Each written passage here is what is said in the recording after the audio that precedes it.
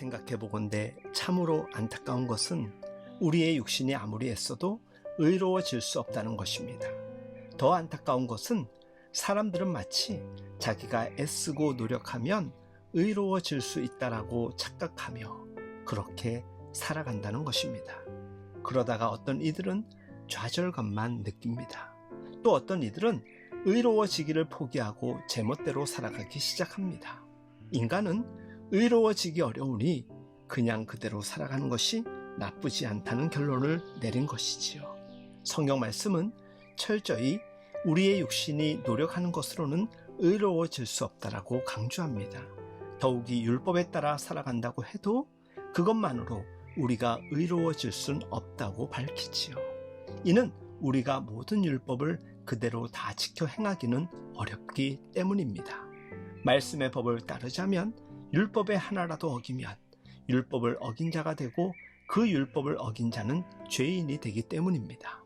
그래서 바울 사도는 구세주이신 예수 그리스도를 통해서 우리가 의롭게 될 수 있다는 복음을 전하였습니다. 그래서 그 은혜로 우리가 구원을 받았지요. 그럼에도 우리가 잊지 말아야 할 것은 그렇게 은혜로 구원을 받아 우리가 율법에서 자유한 자가 되었지만 우리에게는 하나님의 자녀다운 거룩한 삶이 요구된다는 것입니다.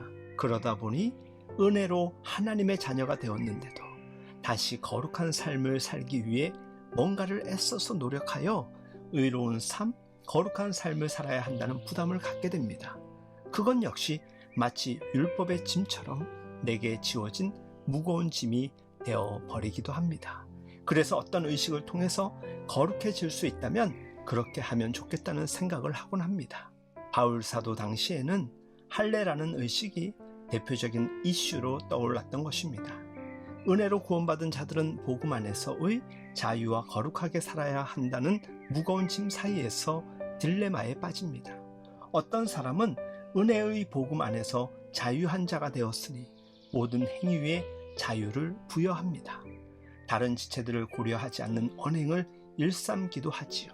그런가 하면 어떤 사람은 거룩하게 살아가야 한다는 마음에 스스로 다시 율법을 따르던 시절처럼 여러 가지 규칙이나 규율 혹은 종교적 의식 등을 만들어 놓고 거기에 매여서 그렇게 해야 거룩해질 수 있다고 생각합니다.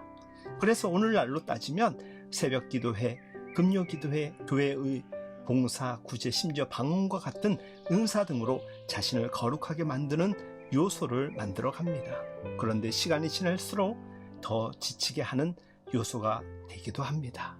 하나님의 은혜로 구원받은 그리스도인이 거룩하게 되고 거룩한 삶을 살게 하는 것은 율법을 따르는 것이 아니고 자기의 육신으로 노력하는 것이 아니라 성령을 따라 살아갈 때 이루어지는 것임을 특별히 갈라디아서에서는 많이 강조됩니다.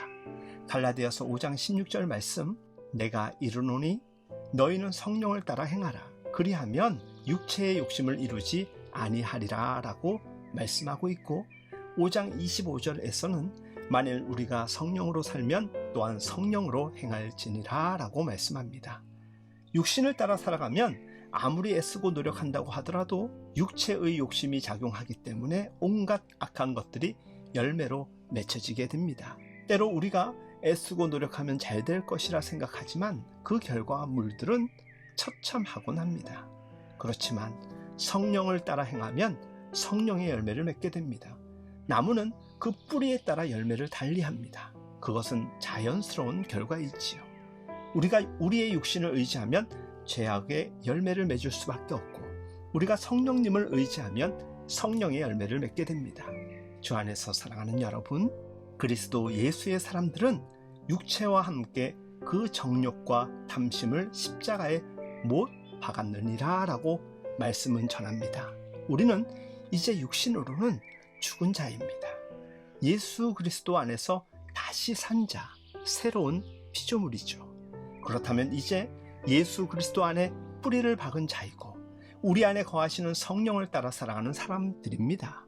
그러니 더 이상 육체의 소욕과 성령은 함께 할 수 없습니다.